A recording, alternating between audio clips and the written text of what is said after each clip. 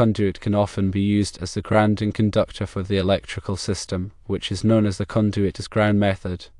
However, this isn't universally applicable, and certain situations necessitate the installation of a separate ground wire within the conduit.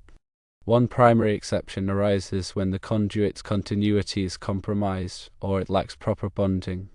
A continuous conduit provides an uninterrupted pathway for ground fault current to flow back to the source, enabling protective devices such as circuit breakers or fuses to operate and clear the fault. If the conduit run is interrupted, for example, by a non-conductive coupling or a section of flexible conduit not listed for grounding, the ground fault current path is broken. In such instances, a separate grounding conductor must be installed to maintain a reliable low-impedance ground fault path. Proper bonding ensures that all metallic components of the electrical system are electrically connected, creating an equipotential plane. This minimizes voltage differences between metallic parts, reducing the risk of electric shock. If the conduit is not properly bonded to enclosures, boxes, or other metallic equipment, it can impede the flow of ground fault current. Bonding is typically achieved through the use of bonding bushings, bonding jumpers, and other listed fittings designed to establish a secure electrical connection. Another significant exception involves the use of non-metallic conduit. Materials like PVC or ABS are non-conductive and cannot serve as grounding conductors. Therefore, when non-metallic conduit is used, a separate insulated grounding conductor of the appropriate size must be installed within the conduit to provide the necessary ground fault path. The electrical inspector's requirement to pull a ground wire and a 1-inch rigid conduit feeding a small lighting panel suggests a potential issue with conduit continuity. The fact that the lighting panel is located in a different room from the main electrical panel indicates a break in the conduit run. This interruption necessitates a separate grounding conductor to ensure a complete and reliable ground fault path. Article 250 of the National Electrical Code, or NEC, provides comprehensive requirements for grounding and bonding electrical systems. Section 250.4 details the general requirements for grounding and bonding, emphasizing the need for low-impedance ground fault path. Section 250.92 specifically addresses the bonding of metal enclosures and raceways, outlining the methods and equipment required to achieve proper bonding. Section 300.10 addresses electrical continuity of metal raceways and enclosures. Section 314.4 addresses the use of conduit bodies, boxes, and fittings. Section 350.60 addresses grounding and bonding for flexible metal conduit. Section 250.118 identifies types of equipment grounding conductors. Table 250.122 provides minimum sizes for equipment grounding conductors for raceway and equipment. The size of the grounding conductor is determined by the rating of the overcurrent protective device protecting the circuit. The NEC provides tables and guidelines for selecting the appropriate size grounding conductor based on the ampere rating of the circuit's overcurrent protection. For instance, if the lighting panel is fed by a 20 amp circuit breaker, Table 250.122 might require a 12 AWG copper grounding conductor.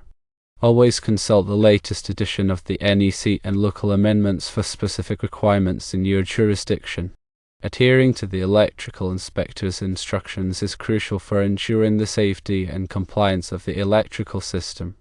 Inspectors are responsible for verifying that electrical installations meet the minimum safety standards outlined in the NEC and local codes. Their expertise and guidance can help prevent potential hazards and ensure the long-term reliability of the electrical system. When installing a separate grounding conductor in a conduit, several best practices should be followed.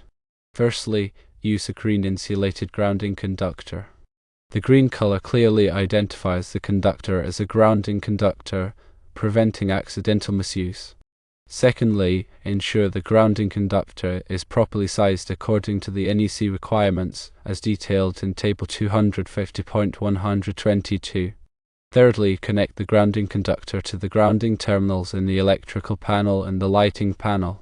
These terminals are specifically designed for grounding conductors and provide a secure and reliable connection. Fourthly, use appropriate grounding connectors and fittings. Listed connectors and fittings ensure proper electrical connection and prevent loosening or corrosion. Fifthly, torque all connections to the manufacturer's specifications. Proper torque ensures a secure electrical connection and prevents overheating or loose connections. Remember that conduit fittings must be listed for grounding. Grounding lockouts are one type of fitting for this purpose. To ensure proper grounding and bonding, several key steps must be followed. Firstly, verify the continuity of the conduit system. Use a multimeter to check for continuity between different sections of the conduit. Secondly, inspect all bonding connections. Ensure that all bonding bushings, jumpers, and connectors are properly installed and tightened. Thirdly, test the impedance of the grounding path. A low impedance ground fault path is essential for proper operation of overcurrent protective devices. Fourthly, document all grounding and bonding connections. Proper documentation provides a record of the grounding system and facilitates future inspections and maintenance. Consider the specific requirements for the small lighting panel being fed by the conduit. Is the lighting panel located in a wet or damp location? If so, additional grounding and bonding requirements may apply. Is the lighting panel supplying sensitive electronic equipment? If so, consider using a dedicated equipment grounding conductor to minimize electrical noise and interference. Does the lighting panel have any specific grounding requirements outlined in the manufacturer's instructions?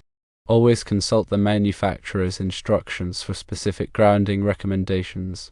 Metal conduit systems, when properly installed and maintained, offer inherent advantages for grounding. The rigid metal conduit, or RMC, and intermediate metal conduit, or IMC, provide a robust and durable grounding path, offering excellent protection against mechanical damage and corrosion. The metal conduit also provides shielding against electromagnetic interference, or EMI, which can be beneficial in sensitive electronic environments. However, even with metal conduit systems, proper installation and bonding are crucial for ensuring effective grounding. Over-tightening of connections can damage the conduit and fittings, compromising the grounding path. Using incompatible materials can lead to corrosion and create high-resistance connections. Neglecting regular inspections and maintenance can allow corrosion to develop, weakening the grounding system. Therefore, it is essential to follow proper installation procedures, use compatible materials, and conduct regular inspections and maintenance to ensure the long-term reliability of the metal conduit grounding system. In summary, while conduit can often serve as the grounding conductor, exceptions exist. These exceptions include situations where the conduit is not continuous or properly bonded, or when non-metallic conduit is used. In these cases, a separate grounding conductor must be installed. Adhering to the electrical inspector's instructions and following best practices for grounding and bonding are essential for ensuring the safety and compliance of the electrical system. Continuous conduit ensures an uninterrupted path for fault current. Proper bonding maintains electrical continuity between components. Non-metallic conduit necessitates a separate grounding conductor. Inspector's guidance ensures code compliance and safety. NEC Article 250 provides detailed grounding requirements. Table 250.122 specifies grounding conductor sizes. Green insulated conductors identify grounding wires. Grounding terminals offer secure connections. Listed connectors guarantee proper electrical contact. Torque connections per manufacturer specifications. Continuity testing verifies uninterrupted conduit paths. Impedance testing ensures low resistance grounding. Documentation aids inspections and maintenance. Wet locations require additional grounding measures. Sensitive equipment benefits from dedicated grounds. Manufacturer instructions offer specific guidance. Metal conduit offers robust grounding protection. Proper installation prevents grounding issues. Regular maintenance ensures long-term reliability. The role of the equipment grounding conductor, or EG, is to provide a low impedance path for fault current to return to the source. This low impedance path is crucial for the rapid operation of overcurrent protective devices, such as circuit breakers and fuses, in the event of a ground fault.